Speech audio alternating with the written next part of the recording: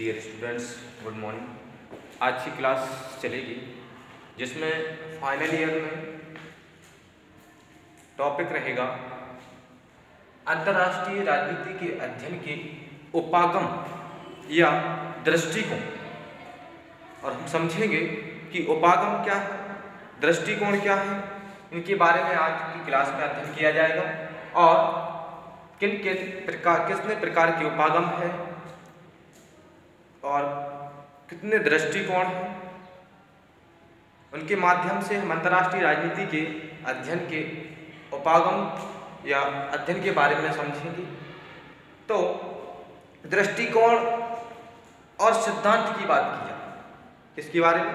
दृष्टिकोण या सिद्धांत से अभिप्राय या फिर तात्पर्य है कि अंतर्राष्ट्रीय राजनीति के अध्ययन के कई उपागम अथवा कई दृष्टिकोण हैं। क्या है? कई उपागम या फिर कई दृष्टिकोण हैं या प्रचलित हैं और सिद्धांत निर्माण के प्रयत्न किए जा रहे हैं। अर्थात कहने का मतलब है कि अंतर्राष्ट्रीय राजनीति के अध्ययन के कई उपागम अथवा दृष्टिकोण प्रचलित हैं और सिद्धांत निर्माण के प्रयत्न किए जा रहे हैं। अतः यहाँ दृष्टिकोण या उपागम तथा सिद्धांत से अभिप्राय समझना आवश्यक माना जाता है या फिर समझना अनिवार्य है। ठीक है, अब बात आती है कि उपागम के अंतर्गत, दृष्टिकोण या उपागम के अंतर्गत की बात की जाए तो इसके अंतर्गत समस्या या प्रश्नों के चुनाव में प्रयुक्त कसौटियाँ और अनुसंधान के लिए या अनुसंधान ली गई। ठीक है, या अनुसंधान के दृष्टिकोण को समझा जा सकता है। अब बात आती है कि जो दृष्टिकोण है, ठीक है, या उपागम है, तो उनको कितने प्रकार से वर्ण किया गया है, इनके बारे में हम समझेंगे। तो जो दृष्टिकोण है या फिर उपागम है, तो उपागम के अंतर्गत समस्या या प्रश्नों के चुनाव में प्रयुक्त कसौटियाँ और अनुसंधान के लिए आधार सामग्री आती है या फिर आधार सामग्री है आती है।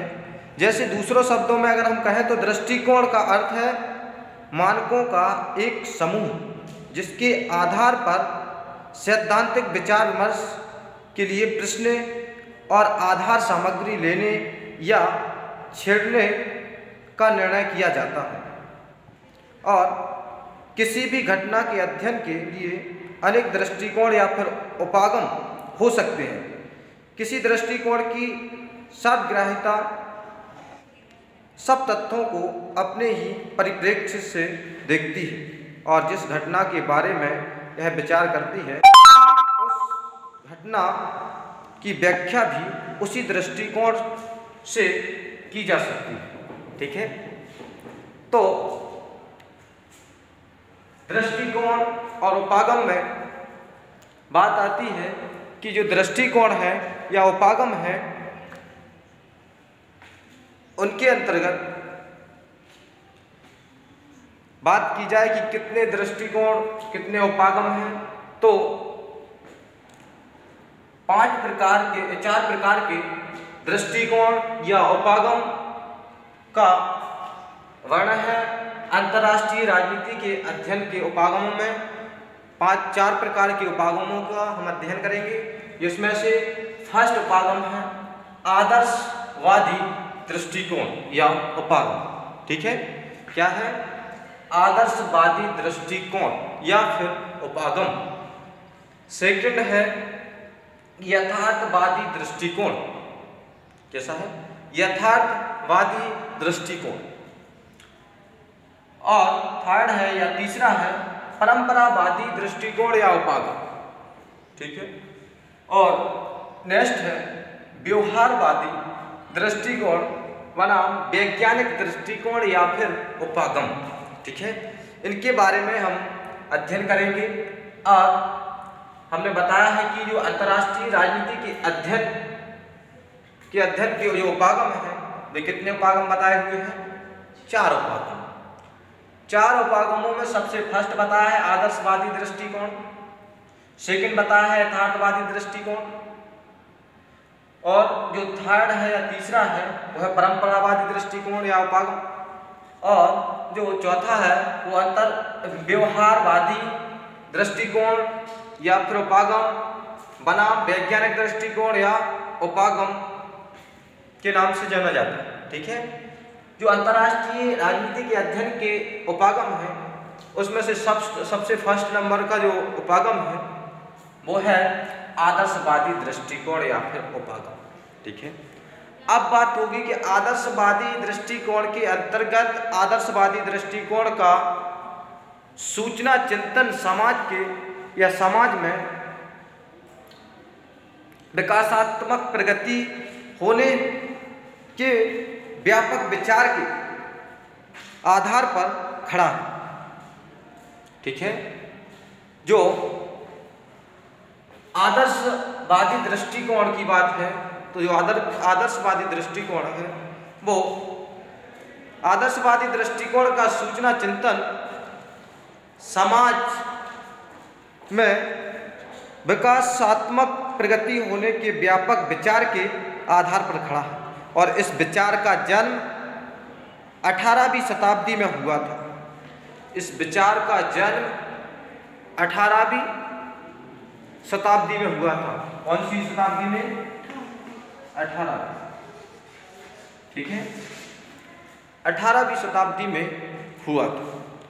अब बात आती है कि 18वीं शताब्दी में हुआ था और आमतौर से यह माना जाता है कि अमेरिकन और फ्रेंच क्रांतियों का मुख्य प्रेरणा स्रोत आदर्शवाद ही था। किसका? अमेरिकन और फ्रांस की क्रांति का जो प्रेरणा स्रोत था वो कौन था? क्या था? आदर्शवाद ही था। तो बात आती है कि सन 1795 में कॉन्डरसेट ने अपने ग्रंथ में एक ऐसी विश्व व्यवस्था की कल्पना की जिसमें ना युद्ध के लिए ना कोई स्थान था।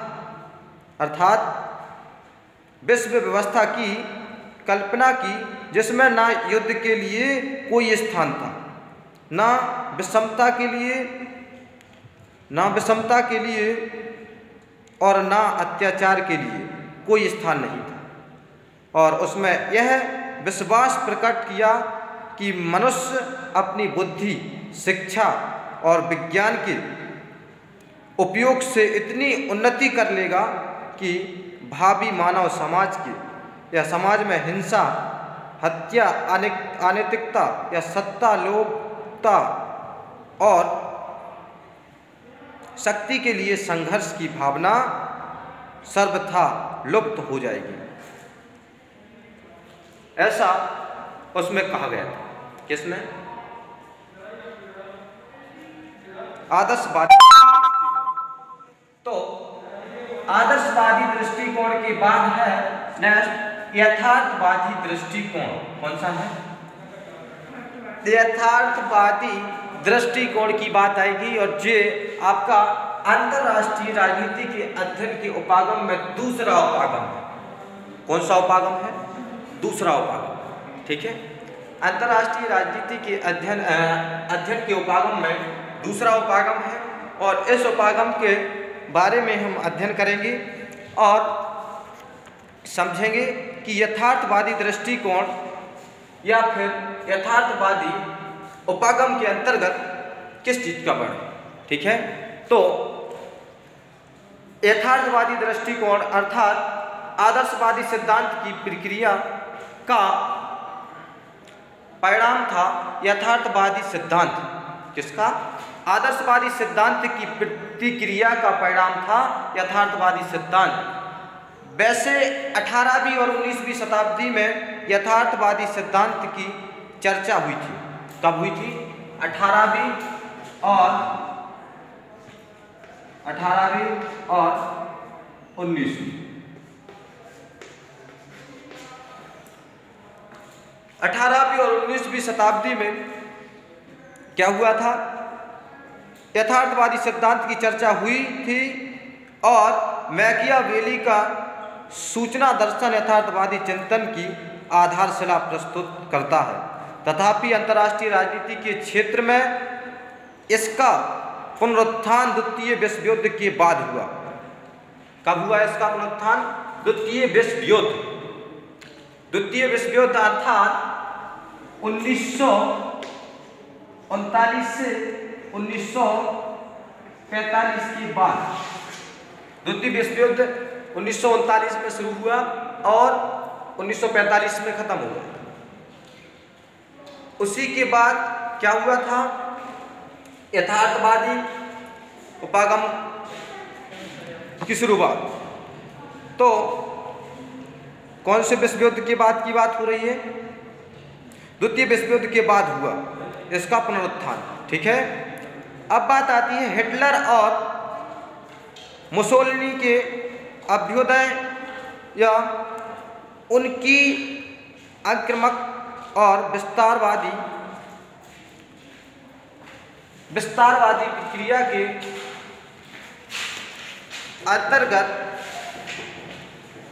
हम समझेंगे या विस्तारवादी अभिप्रवृत्तियां उनके द्वारा शक्ति और युद्ध की आवश्यकता पर जोर देना या आदि ऐसे तत्व हैं जिन्होंने अंतर्राष्ट्रीय राजनीति के विद्वानों को मानव स्वभाव एवं विश्व राजनीति की यथार्थता के समझने के लिए लालायित किया हुआ है। ठीक है, लालायित किया हुआ है। तो जो यथार्थवादी दृष्टिकोण है, इसके अंतर्गत या फिर यथार्थवादी दृष्टिकोण 18वीं से 19वीं शताब्दी में और द्वितीय विश्व युद्ध के बाद इसका पुनरुत्थान हुआ था। किसका? यथार्थवादी दृष्टिकोण। क्लियर? यथार्थवादी दृष्टिकोण का जो पुनरुत्थान हुआ वो 1945 के बाद अर्थात द्वितीय विश्व युद्ध के पश्चात। ठीक है, अब बात आती है कि परंपरावादी दृष्टिकोण क्या है। परंपरावादी दृष्टिकोण जो अंतर्राष्ट्रीय राजनीति के अध्ययन के उपागम नंबर तीसरा है या फिर तीसरा दृष्टिकोण है या तीसरा उपागम। ठीक है, इसके बारे में हम अध्ययन करेंगे कि परंपरावादी दृष्टिकोण क्या है और इसे हम कैसे समझ सकते हैं, कब ये चला है। और अब बात आती है कि तीसरा जो उपागम है तो वो है कौन सा? परंपरावादी उपागम या परंपरावादी दृष्टिकोण। क्या है? परंपरावादी दृष्टिकोण या फिर उपागम की बात होगी। और इस परंपरावादी दृष्टिकोण के अंतर्गत हम समझेंगे कि अंतर्राष्ट्रीय राजनीति के परंपरावादी दृष्टिकोण का आधार दर्शन, इतिहास और कानून है। क्या है? दर्शन,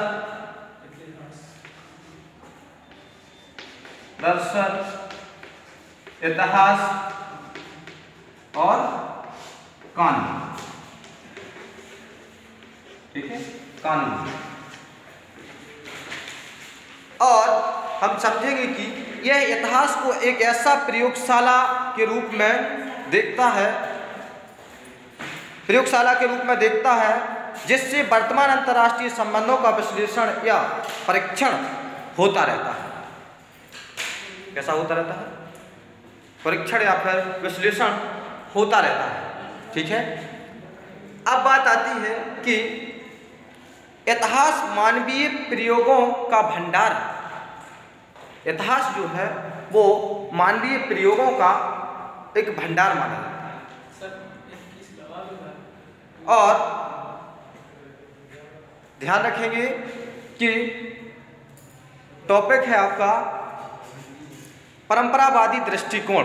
क्या है? परंपरावादी दृष्टिकोण। परंपरावादी दृष्टिकोण में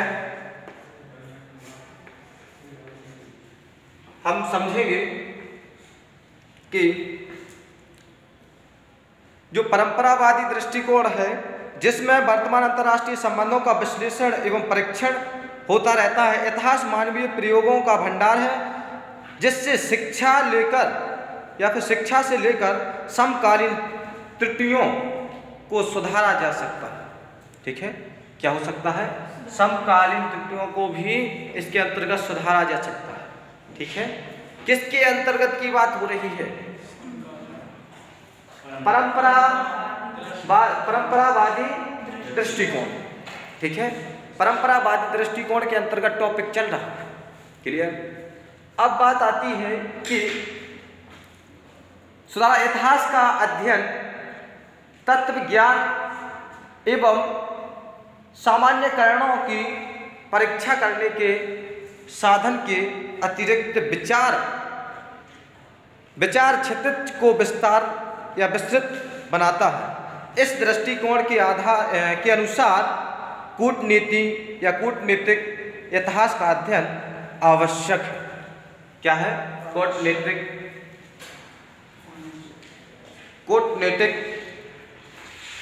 का इतिहास का अध्ययन अनिवार्य है। ठीक है, अब टॉपिक आता है कि इस टॉपिक के अंतर्गत हम समझेंगे कि जो परंपरावादी दृष्टिकोण है, ये दृष्टिकोण की बात है और इसमें कूटनीति का अध्ययन आवश्यक है। हमने बताया है कि इस दृष्टिकोण के अनुसार कूटनीति इतिहास का अध्ययन आवश्यक है। किस प्रकार या फिर जिससे यह अनुमान लगाया जा सकता है कि भूतकाल में अंतर्राष्ट्रीय विवादों का क्या स्वरूप था तथा इन्हें किस प्रकार सुलझाया गया है। ठीक है, ऐसा अनुमान लगाया जा सकता है कि इसका पहले कैसा स्वरूप था, या फिर जिससे यह अनुमान लगाया जा सकता है कि भूतकाल में अंतर्राष्ट्रीय विवादों का क्या स्वरूप था और किस प्रकार या फिर ध्यान केंद्रित करता था, जिससे अंतर्राष्ट्रीय संबंधों के परिवर्तन क्रम को समझने में सहायता मिलती है। और इस उपागम के बाद हम टॉपिक पकड़ेंगे नेक्स्ट, व्यवहारवादी दृष्टिकोण। ठीक है, ये है आपका अंतर्राष्ट्रीय राजनीति के अध्ययन के उपागम के अंतर्गत चौथे नंबर का उपागम। इस उपागम में आप समझेंगे कि कौन सा चौथा उपागम है? व्यवहारवादी दृष्टिकोण बनाम वैज्ञानिक दृष्टिकोण को हम समझेंगे। इसके अंतर्गत अंतर्राष्ट्रीय राजनीति के अध्ययन के हम चौथे उपागम को समझेंगे और वो चौथा उपागम है व्यवहारवादी दृष्टिकोण बनाम वैज्ञानिक दृष्टिकोण या उपागम। इसके अंतर्गत हम बताते हैं कि क्या क्या आता है। और इस व्यवहारवादी दृष्टिकोण बनाम वैज्ञानिक दृष्टिकोण की बात होगी। इसमें यह माना जाता है कि द्वितीय विश्व युद्ध के उपरांत व्यवहारवादी क्रांति हुई। द्वितीय विश्व युद्ध हमने पहले भी बता दिया कि 1945 के बाद जो है वो द्वितीय विश्व युद्ध की समाप्ति हुई थी। कब हुई थी?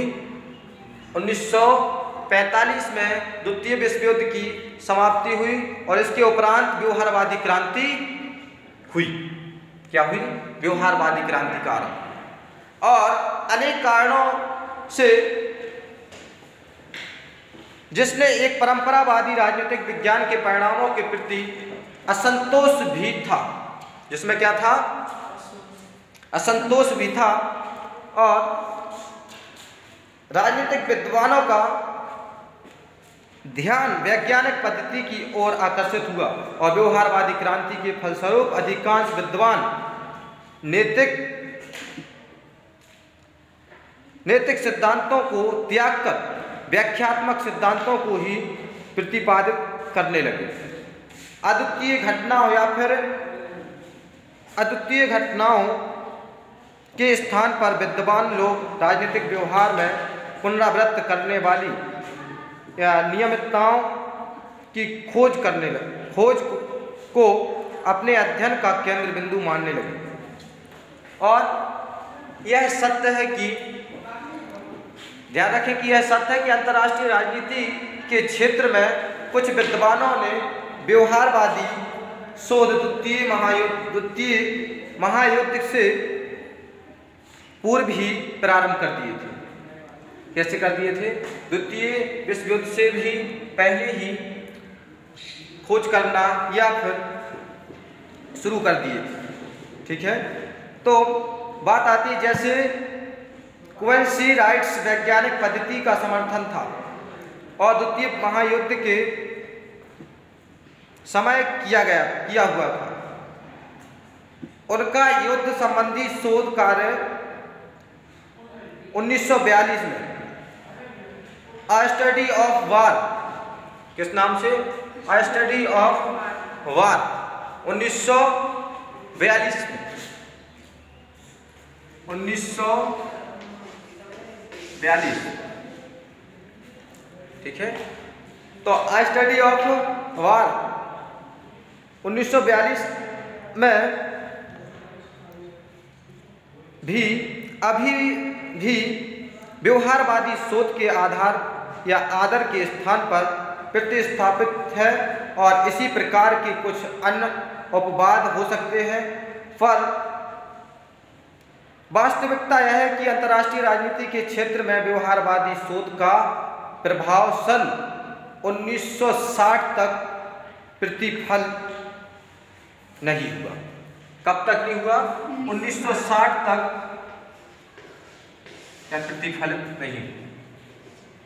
ठीक है, और इसके बाद बात आती है कि वस्तुतः व्यवहारवादी उपागम अंतर्राष्ट्रीय राजनीति के अध्ययन को अधिकाधिक वैज्ञानिक रूप प्रदान करने का प्रयास है। कैसा प्रयास है? अधिकाधिक वैज्ञानिक रूप प्रदान करने का प्रयास है। इसका मूल लक्ष्य व्यवस्थित और अनुभववादी सिद्धांतों का निर्माण करना है ताकि अंतर्राष्ट्रीय राजनीति के मूलभूत स्वरूप को समझा जा सके। कैसा हो सके? समझा जा सके। किसके माध्यम से? व्यवहारवादी दृष्टिकोण बनाम वैज्ञानिक दृष्टिकोण के माध्यम से। ठीक है, और यह जो उपागम है, हम अंतर्राष्ट्रीय राजनीति के अध्ययन के उपागमों के रूप में हम 4 प्रकार के उपागमों का अध्ययन कर चुके हैं, जिसमें हमने बताया था कि दृष्टिकोण या उपागम के रूप में इन 4 प्रकार के दृष्टिकोण या उपागमों को हम अध्ययन करेंगे, जिसमें हमने बताया आदर्शवादी दृष्टिकोण और यथार्थवादी दृष्टिकोण, परंपरावादी दृष्टिकोण, व्यवहारवादी दृष्टिकोण बनाम वैज्ञानिक दृष्टिकोण या उपागम। ठीक है, इनका हमने इसके अंतर्गत अध्ययन किया है। इसके बाद जो है नेक्स्ट टॉपिक आपका चलेगा, उसमें आपका अंतर्राष्ट्रीय राजनीति के विभिन्न सिद्धांतों की बात की जाएगी। उपागम के बाद सिद्धांतों की बात आती है। ठीक है, कब आती है? उपागम के बाद। तो जी नेक्स्ट टॉपिक जो आपका चलेगा सिद्धांत। क्या चलेगा? सिद्धांत। और ये टॉपिक चलेगा नेक्स्ट डे, और इसमें आपको अंतर्राष्ट्रीय राजनीति के विभिन्न प्रकार के जो सिद्धांत हैं इनसे भली भांति परिचित कराया जाएगा या इनके बारे में बताया जाएगा। ठीक है, तो इसमें आपको नेक्स्ट क्लास में बताया जाएगा।